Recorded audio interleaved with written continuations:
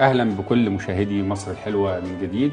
مكملين باقي فقرات حلقتنا النهاردة، وزي ما احنا اتكلمنا عن عودة الدولة، شفنا عودة الدولة في أول خطاب للمصريين للرئيس عبد الفتاح السيسي، وهو بيتكلم عن سد النهضة. هو بيتكلم عن ممارسات أثيوبيا تجاه مصر في سد النهضة، وقال إذا كان سد النهضة بالنسبة لأثيوبيا هو مصدر للتنمية، فالنيل لمصر هو الحياة وهو شريان الحياة.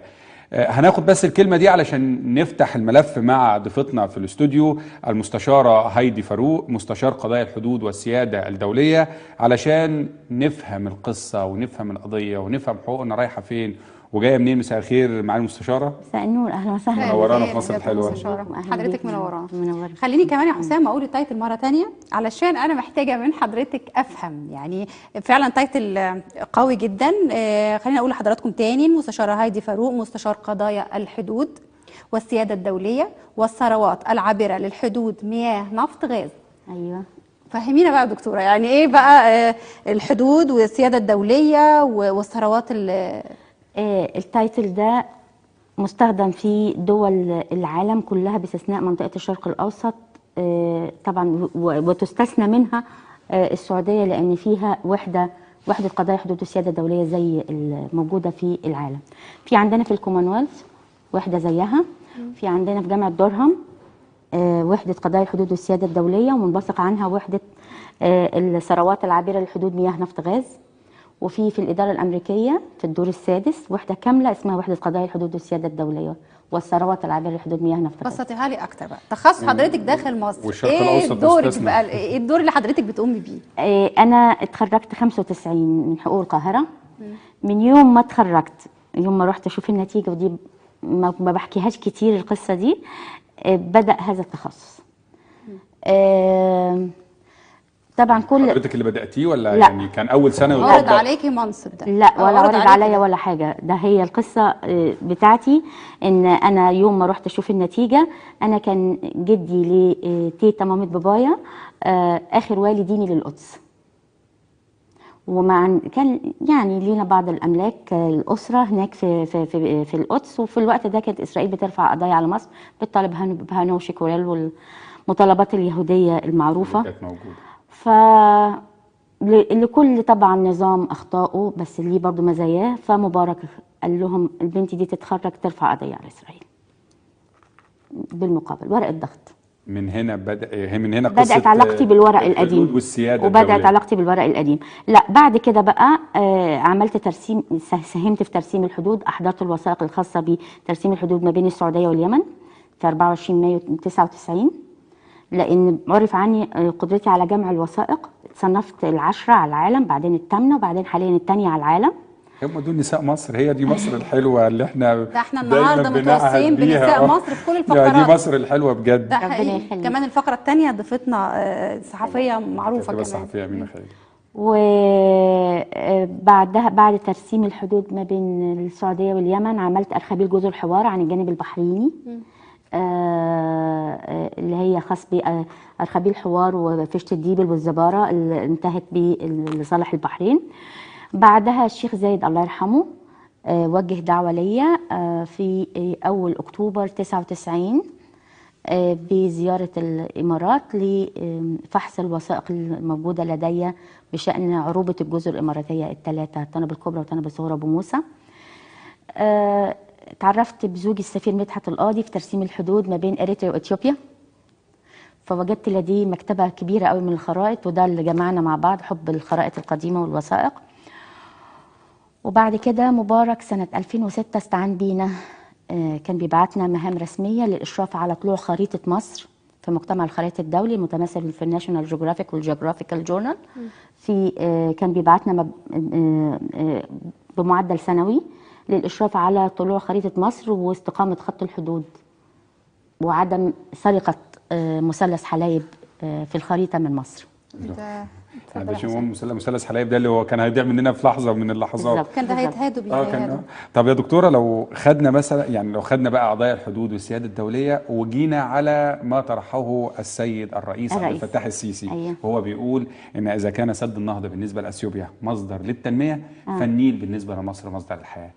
وازمه سد النهضه والعلاقه ما بين مصر واثيوبيا في هذا الملف، لو حبينا نبداه مع حضرتك. وان يكون في اول خطاب لسياده الرئيس للشعب ده دليل على اهميه الموقف، دليل على قوته وعلى قوته واهميته. وحضرتك كمان قربينا اكتر، شايفاها ازاي بما انك ايدك في الموضوع، عارفه الموضوع؟ بصي، هي اثيوبيا من يوم ما اديناها الارض بتاعتنا، الارض المصريه، ال 3600 كيلو متر حوالين نهر بارو والصوبات، من 15 مايو 1902، وهي بتلوح بإنشاء سد في نفس المكان. طبعا ساعته كانت بتختلف. أول سد قرروا يعملوه كان 1903، كان ملك الثاني برضه اللي هو ملك الحبشة، اللي ادينا له الأرض وعمل اتفاقية حدودية غير قابلة للنقاش، وكان بند 3 فيها، هذا طبعا هنعرضه هنا. بيقول ان يتعهد ملك الثاني بعدم السماح او مجرد او القيام باي اعمال من شانها الاضرار يعني بسريان مياه النيل. هو ما فيش طبعا، ما فيش حقوق بترد على منقول، ميه منقول. ومع ذلك 1903 قال لنا هعمل سد، فبعتنا بعثه برئاسه ويليام جارستن، وانتهى الى ان هذا السد يضر بمصر، فرفضناه. ده من 1903. من 1903. المشكله دي عندنا من فتره طويله. 1907 بقى بعد وفاه ملك الثاني اتكررت نفس الاشكاليه مع خلفه، ومصر استخدمت حق الفيتو بتاعها. ارسلنا بعثه، قعدت البعثه دي سنتين برئاسه ديبوي، وبرضه انتهت الى انها تضر بمصر واستخدمنا حق الفيتو. 1900 من 1922 ل 1924 بعثه ثالثه لطلب ثالث، الا انهم في اثناء عمل البعثه راحوا اتفقوا مع شركه وايت هاوس الامريكيه على انشاء هذا السد. فجت طبعا حصلت مماطلات ومصر بعتت رسائل احتجاج. 1935 كان في قمه المشكله بيننا وبينهم، فجت رساله حسين باشا سري ما لم اعلن عنه، ومضطر اعلن عنه النهارده. نكون سعداء ان يكون الحصر لمصر الحلوه. انا اتقابلت يوم الخميس اللي فات مع مسؤول كبير بالحكومه، نقول مش مشكله، المهندس ابراهيم بحل، رئيس الوزراء. رئيس الوزراء. الراجل ده رائع وبيعمل قدر استطاعته، ولكن الصوره بتصل مشوهه في بعض الاوقات بالنسبه ل الامور القانونيه دهيت. مشوهه من مين والمين يا دكتور؟ هقول لك. عايزين واصله رئيس الوزراء مشوهه من مين بقى؟ هقول لك. لما كل ما انا ابعث امل بان انا اقول يا جماعه في اتفاقيه 1902 علينا اننا نعمل بيها، ابص الاقي وجوه اطلت عهد مبارك وقالت اتفاقيه استعماريه بتتكرر وبتطل علينا بنفس الطريقه بس باقنعه جديده. يعني ايه اتفاقيه استعماريه؟ ان 1902 اتفاقيه استعماريه يعني ان مصر منحت الارض لاثيوبيا في الوقت ده، دي اتفاقيه استعماريه فمش هنستخدمها، علما ان الارض مصريه، يعني علما ان الارض دي بتاعتنا، بس لا اديناها لهم بموجب اتفاق حدودي خلاص.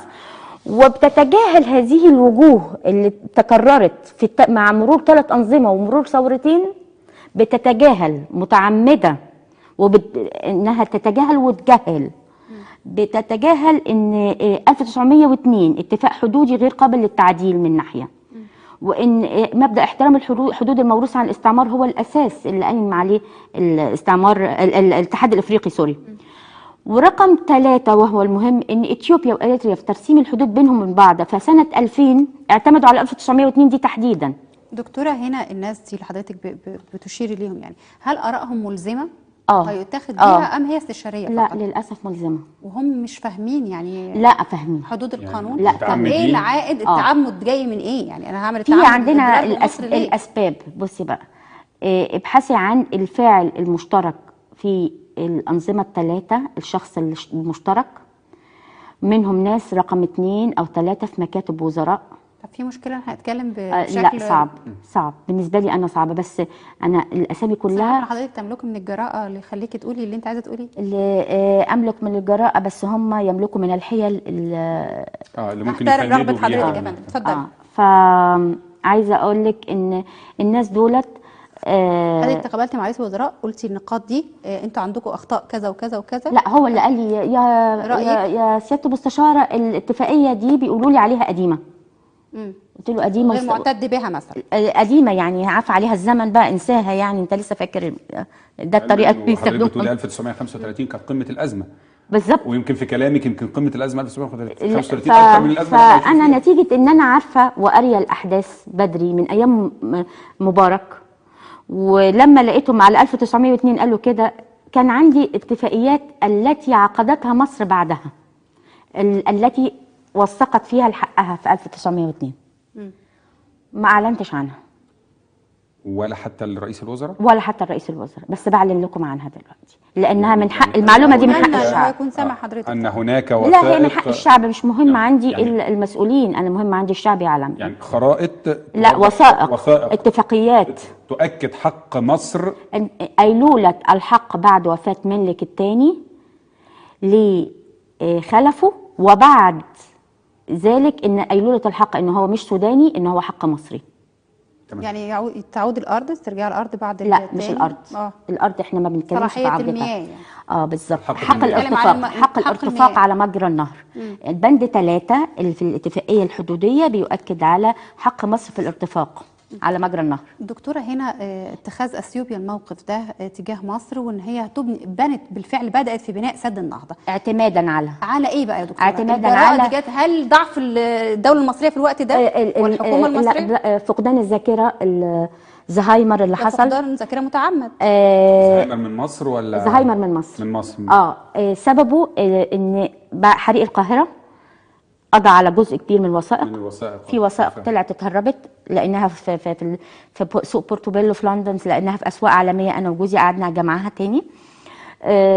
الحاجه الثالثه، لما يقعد يردد الساسه لغايه شهر اغسطس 2009 يقولوا حقوق مصر التاريخيه المتمثله في 29 و 59، اتفاقيه 29 و 59 ما لهمش علاقه باثيوبيا. ما لهم حقوق مصر من حصتها من ميه النيل. لا، 29 كان رسائل متبادله ما بين سير لويد ومحمد محمود باشا، تأسيسا على ان هم حبوا السودانيين او الحاكم العام في السودان يرفع نسبة الأراضي المنزرعة في منطقة الجزيرة عن 300,000 فدان. 59 فمصر قالت لهم لا، عشان ده هيأثر على المياه الواصلة للفلاح المصري، فإذا هي منظمة للعلاقة بيننا وبين دولة المصب اللي هي السودان. هل هنا ماء النيل فقط هو المصدر ولا في مصادر متجدده حضرتك اشرت ليها برضه؟ طب نخلص النقطه دهيت بس، عشان دي اذا فاتتنا لا انا محتاجه اخدها من حضرتك، وكمان اخد امل ادخل. انا عندي ما انا هقول لك الامل، الخطوات العمليه بالنسبه للموضوع، وقف او استدعاء المجتمع الدولي للوقوف بجانب مصر في هذا الملف. ده من ناحيه، وعندنا الاتجاه الثاني، ازاي اذا استمر هذا النهج الاثيوبي المدمر لنفسها قبل ما تكون لينا، واستمر العمل في السد، ايه الحل عندنا كمصر؟ نعمل ايه؟ طيب هنا زيارة يعني وزير خارجية اثيوبيا للرئيس تاني يوم حلف اليمين واستلامه لرئاسة مصر بشكل رسمي، يعني ده نقول تغيير في السياسة الاثيوبية تجاه مصر؟ لا، ما هو بروتوكول فقط، هو ما لنا علاقه لان هو قابل كل الوفود. حاضر، يعني كان حاضر التنصيب. وعلى العكس، ده ادهانوم وزير الخارجيه الاثيوبي تصريحه ما عجبنيش لما يقول لا، ان اثيوبيا لا تستهدف النيل من التاثير على حصه مصر من المياه. مين اللي قال ان العلاقه اللي بيننا وبينك التعاقديه والاتفاقات بتقول حصه من في المياه؟ احنا لينا حق ارتفاق، انت ممنوع تبني عليها دون الرجوع للدوله صاحبه الحق. عندي سؤال من شقين. الشق الاول، حضرتك اتكلمت عن استدعاء المجتمع الدولي. فهل هنا هندخل في قضيه زي قضيه التحكيم الدولي بتاع طابا، فهنبقى قدام التحكيم الدولي؟ ده نمره واحد. نمره اتنين، في عنصر اسمه ميل الزناوي. اللي مات وقت ميل الزناوي كانت الامور مستتبه ومستقره. فهل ان ميلي الزناوي كان على علم بحاله الزهايمر بتاعه المصري، او يعني كان على علم بكل اللي حضرتك ما انا بتقوليه بقول لحضرتك فما فتحش هذا الملف؟ فما اتكلموش وقتها عن ان في اتفاقيه حدوديه ملزمه. لما كانوا الاساتذه القانون الدولي بيقولوا لك 29 و59 مع احترامي، وقتها انا كتبت لعمر سليمان مذكره فيها كلمتين: حقوقنا التاريخيه التي يتحدث عنها هؤلاء انبنت على ارض ممنوحه وعلى اتفاقيه حدوديه. فاستدعاني، كنت رحت جهه عمل جوزي في الخارج، فاستدعاني: انت جبتي مين الكلام ده؟ قلت له جبته من وثائق، بقايا وثائق الجمعيه الملكيه للدراسات التاريخيه، ومن اطلس قديم 1913 كان مقرر على وزاره المعارف العموميه. الخط الحدود بيتكتب اتفاقيه مياه تساوي اتفاقيه حدود 1902. فقام قايل لي في وثائق انجليزيه مؤكده كده. قلت له في الارشيف البريطاني والريفرنس بتاعهم. فقال لي اطلعي. طلعت انا والسفير مدحت في ديسمبر 2009 واحضرناها في اليوم الاول. وتعرضت على فكره الحادثه انا ما اعلنتش عنها قبل كده، بس واضح ان هو ملف شائك، يعني الكثير بيحاول يبعد حضرتك عنه او ان احنا نوصل لوثائق. يعني انا هقول حاجه. انا طبعا عشان اروح هيثرو، اروح لندن، بروح فايا كايرو، طلعت من سلطنه عمان على القاهره، وفوجئت ب تم توقيفي في مطار هيثرو 4 ساعات. كان ايه السبب؟ مكالمه من مجهول ان انا جوازي الدبلوماسي مش سليم. لتعطيل حضرتك دخول لتعطيلي؟ البلد؟ لا، لاذيتي نفسيا. هم عارفين قد ايه انا تشويه حساسه اللي بيها انا اقوم اتراجع. ببساطه شديده هيتم ولو الادراك ان جواز حضرتك ساري. ما متاكد بس ببساطه الفكره شديدة. لا، اللي عملها عارف التاثير النفسي. وان انا طب انا ايه اللي بيجبرني على كده؟ هرجع وخلاص. ده كان تطوعا من حضرتك انت، لكن مش كان تكليف يعني بشكل. لا، كان تكليف رسمي. تكليف رسمي، لكن مش دورك الرسمي يعني كان في وقتها. انا ما حلفتش يا منهم، انا ما كنتش منهم. انا بس كنت حابه اقرب من النقطه. انا مستشار قضايا حدود، بس ما بشكل تطوعي اكتر. تطوعي يعني تطوعي هو مسمى كده. طب دكتوره، خلينا ندخل في الطاقات المتجدده اللي احنا محتاجينها دلوقتي. عندنا مشكله في الكهرباء، عندنا مشكله في مصادر مياه، عندنا توتر ان ميه النيل والنهر اللي بيتبني، وان كنت اشك ان كله الجاي هيبقى افضل ان شاء الله. يعني انا حاسه بجد في سياده ورياده مصريه هتحترم من العالم. بس خلينا نتكلم مع حضرتك عن الطاقات المتجدده. يعني الامل ايه اللي عندنا في مصر الحلو؟ حضرتك كنت اشرتي لاكتر من مكان. بالظبط. احنا عندنا من لما محمد علي فتح مصر استدعى لنان ديبالفون اللي هو كبير المهندسين عنده، وقال له عايز تعيد الفتح على بحيره موريس اللي ذكرها هيرودوت، فبقاياها خزان الريان، فعايز نفتح عليهم ونرجعها لسابق عهدها، يبقى في وصله بينها وبين نهر النيل. خزان الريان اللي هو في الفيوم؟ اللي في الفيوم ده بقايا بحيره موريس الصناعيه اللي عملها سيدنا يوسف عليه السلام. ودي ليها قصه جميله جدا. حضرتك كمان تكلمتي في بعض صحف عن حلم سيدنا يوسف ان هيكون في منبع للمياه. بالظبط، وانا حتى بسمي المشروع ده حلم يوسف. هل بتكتفي بس بفكره الحلم ولا في لا هو نفذها؟ انا شايفه حضرتك بتتكلمي بالوثائق. هو نفذها. فانا احكي لك قصه سيدنا يوسف. عايزانا اعمل فلاش باك ليها الاول. سيدنا يوسف عليه السلام لما وصل سنه 112 سنه كان في بلاط الملك الريان ابن مصعب، اللي هو بعض الكتب بتقول اخناتون، هو نفسه اخناتون. لماذا له اسم عربي واسم فرعوني؟ لان والدته كانت من قبيله العماليق، فكان له اسم عربي الريان بن مصعب، وله اسم فرعوني اللي هو اخناتون. آمن بالله سبحانه وتعالى، وكان من نفس سن سيدنا يوسف عليه السلام. فلما الاثنين كبروا وكان هو رئيس وزراء، كان مستوزره عنده، جم الندماء الملك وقالوا له والوزراء قالوا له يوسف كبر وما عادش ليه القدره زي زمان على الاتيان باعمال هندسيه كبيره، فعايزينك تستوزر حد مننا وهو يكفيه ما قدمه من اعمال. فضحك واستدعاه، قال له اصغر بناتي بنتي السادسه احب بناتي الي، وانا هرمت وانا ووالدتها وحاسس بدنو اجلي، فعايزك في كروكوبوليس اللي هي الفيوم. وكانت كلها مغطاه بالمياه في الوقت دهوت، عايزك تسكنها في المكان اللي سأدفن فيه انا وزوجتي. عمل الاتي: عمل حفره عميقه جدا كبيره، وعمل في منتصفها سيدنا يوسف عليه السلام بعد ما شاف رؤيا هرمين. على فكره جوجل ايرث اكتشفتهم. حضرتك بتقولي ان هم تحت الارض بالفعل، تحت الارض 180 متر، اكبر من الاهرام الموجوده 180 متر. شرحهم هيرودوت وشرحتهم الوثائق القديمه، والغريبه ان جوجل ايرث اكتشفتهم في 2012. طب ليه يا دكتوره ما طلعناهمش؟ عارفه الكلام كله شيق. طلعوا. طب فين؟ لم يعلن عنهم. لا، قناه ديسكفري عملت فيلم السنه اللي فاتت. خلينا في الاعلام يعني الاعلام المصري هو الوحيد المغيب.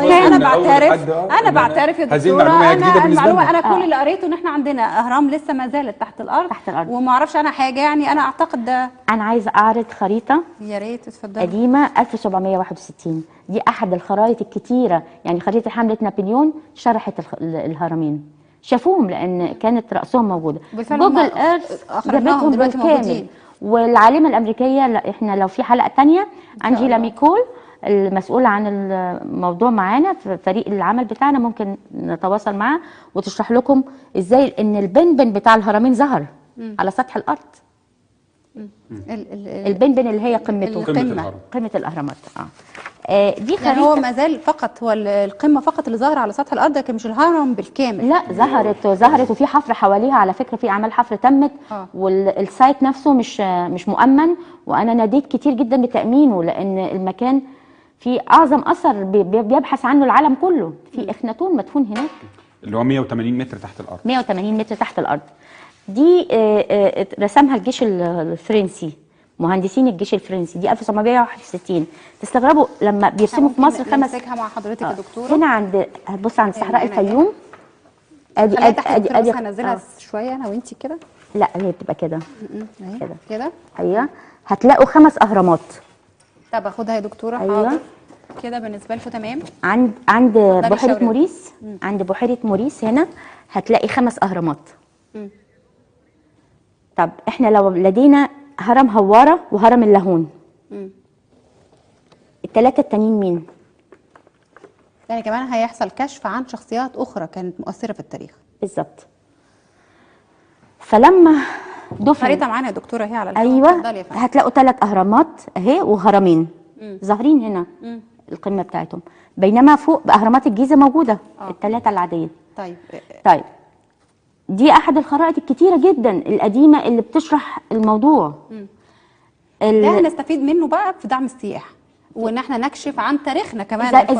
اذا مصدر الميه، اذا اتعملت قناه الملك، كمان هيكون في مصدر ميه في نفس المكان. ما بالظبط، هي معمول على حلم سيدنا يوسف عليه السلام. قناه الحلم اللي حضرتك بتتكلمي عليه. فهو اقام هذه القناه، وبعد وفاته جم كهنه معبد امون ردموها، وردموا الاهرامات علشان يقضوا على هذه العباده. واي اشارات ليها. حتى في بعض الرسائل بتاعت بنت اخناتون بتقول، اللي هي الاميره اللي كانت بتبعت برديات، اني خائفه، كانت خايفه يكتشفوا مكانها في المنيا. لكن الميه ما زالت موجوده. ما زالت موجوده. الغريبه بقى جوجل ايرث وهي بتجيب الهرمين، بيقولوا لقينا حواليهم مصدر مائي هائل. لكن هنا في صوره من جوجل ايرث هتشوفوها يا دكتوره موجود. يا دكتوره، ده كلام مهم جدا. يعني انا عندي مصدر ميه وحضرتك تقولي مصدر هائل، ليه ما تمش الكشف عنه، الانتفاع بيه؟ هو احنا بنضر نفسنا ولا بنعمل؟ وهل المصدر ده صالح كمان؟ حضرتك طيب كنت في لقاء مع رئيس الوزراء، اكيد اشرتي للحاجات دي. اتفقنا مع بعض. قال لي في حاله تم تجديد الثقه فيا، وتمت الحمد لله. هو قال وبنبارك لنفسنا. هو قال لي ايه طلباتك، لان انا عايزين ننتهي من هذا الموضوع، لان الناس بيشككوني. هي دي مهمه المصري، الموظف المصري، الموظفين المصريين من ايام الفراعنه يشككوا.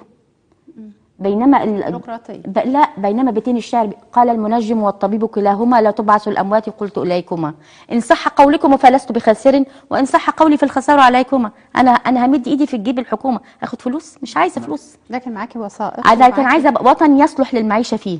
غيري بقى يقول ايه، ونعمل تناضح عكسي وناخد في الفدان 300,000. الفلاح المصري هيعرف يدفع 300,000 في الفدان؟ اتقوا الله. وغيري يقول تحليه ميه هتلغي نهر النيل؟ في حين ان في مصدر اهو متجدد. ولا ونجيب بقى مش حافظ ابراهيم شاعر النيل، شاعر تحليه الميه، نجيب حاجه كده. طيب في وقت الاتفاقيه دي هرجع مع حضرتك تاني، كانت مصر والسودان واحده واحده. هل الانفصال ده يؤثر على الاتفاقيات دي؟ هل يقول لك انها تلغي الاتفاقيات بما انها كانت؟ لا، ما هي دي بقى اللي حصل حاجتين دلوقتي كمان، يعني السودان بقت بالظبط. واولا كونها اتفاقيه حدوديه، الاتفاقيات الحدوديه بتورث من تلقاء نفسها، نظريه التوارث الدولي. فالحمد لله اتفاقيه 1902 وما تلاها اللي انا كنت عايزه اقولها لكم. بعد 1902 1906 مات ملك، اتعملت مذكره تفاهم، بس انا مش هتكلم عنها حتى لا يعني الريفرنس بتاعها في الخارج ما يدمرش. في اتفاقيه ثانيه عملناها 1906، عملنا اتفاقيه 1925، عملنا اتفاقيه اكدت ايلوله الحق لمصر وحدها 1936. سنه 57 اودعنا اتفاقيه جديده في مضابط الامم المتحده. مش هقدر اقول اكتر من كده. اذا الاتفاقيات مش قديمه، معالي رئيس الوزراء الاتفاقيه مش قديمه. طب ايه اللي احنا محتاجينه بقى لاثبات حقوقنا التاريخيه غير استدعاء المجتمع الدولي اللي احنا عارفين هتبقى وقفته؟ يعني حتى لو احنا بنتكلم على عوده هيبه الدوله، لكن احنا عارفين برضو المجتمع الدولي ليه مصالح، وعارفين ان مين داخل امريكا واسرائيل. لا في المرحله لا مش امريكا واسرائيل. يعني طب في المرحله دي ايه اللي احنا محتاجينه في حاله استدعاء المجتمع الدولي؟ ايه اللي احنا محتاجينه من المجتمع الدولي 1 2 3 علشان نقدر اثبات حقوقنا في اللي حضرتك بتقوليه؟ انا لما اتكلمت في احد البرامج التلفزيونيه عن منظمه الانهار الدوليه، شفت المنظمه بعد ما اديت السايت بتاعها والشباب دخلوا عليها والمصريين دخلوا عليها، ونتيجه مراسلاتي الدائمه انا والسفير معاها حضرتك بالظبط من 2011 واحنا بنراسلها، فبدات تتصدى بنفسها للملف، وبدات هجوم متبادل ما بين منظمه الانهار الدوليه. عندنا دلوقتي في وحده قضايا حدود دوليه كبيره، بس انا مش هقدر برضه احدد، اجتماع يوم 29 يوليو الجاي، وخبراء العالم على اتم الاستعداد. اذا لو لقوا الايفيدنس اللي عندي قويه هيطلعوا ورقه توضع في الامم المتحده. كل خبراء بشكل تطوعي. ما احنا استشاري وليس هي ورشه العمل اللي بنعملها بتبقى كده، بتبقى مجموعه موضوعات، والورق والمستندات هي اللي بتشتغل. مستندات سليمه. مستند عايزه توريه لنا النهارده يا دكتوره؟ حابه الناس كمان تشوفه معانا. انا هتكلم عن خزان الريان. الاول 1902 نجيبها على اوكي من فضلكم يا جماعه. الهواء. خزان الريان هيكون معانا دلوقتي، احنا سامعين حضرتك. خزان الريان، المشروع قناه الملء الفتح عليه. الطاقه الكهربائيه اللي ممكن تتوفر لنا من شلالات الريان. كنت بتشيري في بعض يعني الاحاديث لحضرتك عن ابار وهتكلم في الاخر عن الابار. هستعرض 7 صور لبعض الابار. ايوه، واشرح لكم قصصهم. من اصل 2000 بير تم حفره. دكتوره هل ده الريان معانا على الشاشه؟ ده احد شلالات الريان. هو ده اللي حضرتك بتقصديه دلوقتي بالظبط، بس ده احد الشلالات. الشلالات دي موجوده دلوقتي، موجوده يعني اي زياره دلوقتي تشوفوها على الطبيعه. فاكره كنت بروحهم في المدرسه. ودي مصدر طاقه كهربائيه متجدده. ليه احنا ما بنستفيدش بيها؟ اتفضلوا يا جماعه، الدكتوره هتتابع معاكم واحنا سامعين حضرتك يا دكتور. من غير خزان الريان، الفتح ما بين نقاط المياه المستديمه اللي حددتها بدقه شديده شركه استغلال صحراء مصر الغربيه الانجليزيه اللي انشاها. ده احد الشلالات الاخرى. اعتقد ده الشلال. عددهم كام يا دكتوره؟ عندنا شلال شمالي وجنوبي في جزء. عندنا هم يوصلوا 5 شلالات. ليه مستغلين كمصادر المياه في مصر؟ هم ديكور احنا بنروح نتفرج عليه ونقول الله شكل حلو، احنا مش متعودين على شكل الشلالات في مصر، لكن استغلال كاستغلال ما فيش. هنا ده دور مين يا دكتوره؟ يعني انا برضو حاسه ان انا اتوزعت في اكتر من مكان. هل هي وزاره الري؟ انا شايفه في الفتره اللي فاتت دي اللي كنت دايما بقول لحسام ان كل كانت وزاره بتشتغل لوحدها، لا الفتره اللي فاتت دي شايفه وزاره الداخليه شغاله مع المحافظين، شغاله. فهل انت حضرتك ممكن تقولي مين يشتغل مع مين عشان احنا كمواطنين نستفيد بصي يا ستي، لو قلنا وزاره الزراعه وزاره الزراعه هتقول استصلاح اراضي. انا لسه كنت هقول لك، ما احنا خلاص انا شايفه الفتره الجايه دي الدنيا بقت ايديها هتبقى استصلاح اراضي. انا مش عايزه استصلح لكام شخص ياخدوا لهم كام قطعه ارض بلد يا فندم، والبلد ما تستفدش. فلا، مش استصلاح اراضي. ده استصلاح اراضي ده اخر حاجه نفكر فيها، مش وزاره الزراعه. وزاره ري وزاره الري ينقصها. هو ده دور البلد. احنا بص يا دكتوره، احنا دلوقتي بقينا لو متاكدين. حبينا نوجه الرساله دلوقتي نقول لمين؟ رئيس الدوله. رئيس الدوله. رئيس الدوله. رئيس الدوله هياخد كل حاجه، اول التحرش لحد الميه لحد الطب والتعليم، كله هيبقى لان ده نظامنا الرأسمالي، ما نقدرش نتخلى عنه. يعني احنا اصبحنا هذه الرساله هي موجهه وزاره الدفاع، لرئيس الدوله وزاره الدفاع بشكل اساسي، ووزاره الدفاع في المساله دي. طب خلينا ناخد مساله يعني رئيس الدوله ووزاره الدفاع. حضرتك قلت شيء مهم جدا، انه لو ثبت الكلام اللي حضرتك بتقوليه هيتم ايداع مذكره في الامم المتحده. هل بالنسبه ده بالنسبه لسد النهضه، موضوع سد النهضه وحقوق مصر المائيه. خلينا نربط ده بمساله راس الدوله برضو. هل في هذه الحاله الدوله ان هي تكون مطالبه او هذه الوثيقه تلزم اثيوبيا بوقف كل ممارساتها؟ لا، الدول المنحه هتبقى توقف تمويلها، يتم هتبقى مخطئه دوليا ومجرمه تصرفها دوليا امام المجتمع الدولي. اما بقى الاشخاص بتدعم هنا قرار باطل بالظبط. اما الاشخاص اللي اشتروا اسهم سد النهضه، اللي انا ما اقدرش اكشف اساميهم، عندي انا قلت الاخوان المسلمين كان في ماشي، بس انا عندي بعض الناس من قطر، يعني ما بقتش لا انا بتكلم، لا انا الاسامي بتاعتهم بارقام الاسهم بكله، دي هتبقى تحت تصرف القياده السياسيه لو طلبت. يكفينا ان احنا نعرف مين اعداء البلد بشكل اللي هم واضحين للكل.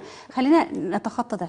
ايه اللي هيحصل يا دكتوره زي ما سأل حسين؟ فهيبقى قدامنا الخطوه الثانيه، لو استمرت اثيوبيا في غيها استكملت انشاؤه، هيبقى احنا هنواجه خطر الغرق الارض عندنا، لانه هينهار هذا السد، لان الارض المعمول عليه الرافعات اللي هترفع الميه نتيجه اختلاف المنسوب، ارض بنقول عليها طمي، لا يا ريتها طامي، ارض بركانيه، تربه بركانيه، فهينهار السد سونر اور ليتر، وما اعتقدش ليتر، هو هيبقى سونر على طول. هل هم يعني هنعمل سد بالاهميه دي يا دكتوره؟ الارض المقام عليها السد عندهم هي الاهم. انا مش عامل مخططها في تقرير طالع من للاسف شديد الحكومه الاثيوبيه، عن طريق انا جبته عن طريق مجموعه، هكشف حاجه كده اسمها دوجز جروب. المجموعه دي هي اللي بتجيب الوثائق من جوه الارشيفات في منظمه الانهار الدوليه، نجحت ان هي تحضر هذه الوثيقه. بيتكلموا على ان هو بني شنجول اللي بيتعمل عليها البتاع فيه مليانه ذهب، فالعمليه نقل الميه وتفريغ الميه ونقلها لمكان تاني وتخزينها في مكان اخر سيؤدي الى سهوله الكشف عن الذهب برضه. ده من بالفعل في ذهب؟ يعني هو ده السؤال. هو التايتل بتاع حضرتك والثروات العابره الحدود. انا عايزه اقول لك اذا ده ذهب اصفر بس الميه ذهب ازرق، دولت مش فاهمين حاجه. يعني حضرتك تقصدي الميه؟ انت تعرف الذهب الجولد؟ لا، انا اقصد الذهب الاصفر. هم بيفكروا في الذهب الاصفر، واحنا كناس عايزين نعيش الذهب الازرق اللي هو الميه.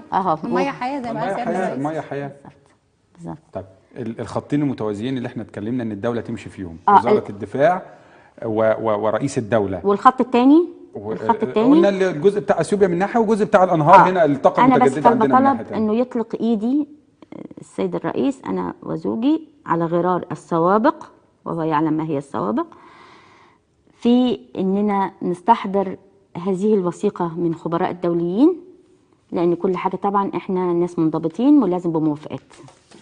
فعلشان نطلع ونحضر هذا الاجتماع ونجيب هذه الورقه لازم بناء على هل تحتاجي منصب رسمي بناء على التكليف غير التكليف الرسمي؟ لا انا مش حضرتك منصب لا انا ما بحبش تمثلي مصر. لا ما هم انا امثل شمال افريقيا من زمان.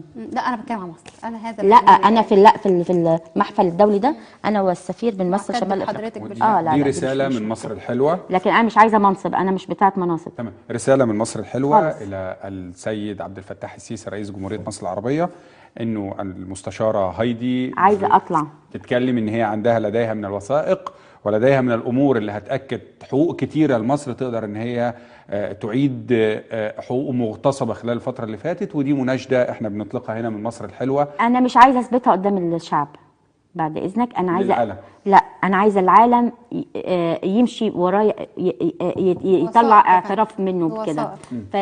فتطلق يدي في احضار هذه الوثيقه الدوليه اللي انا عايزاها.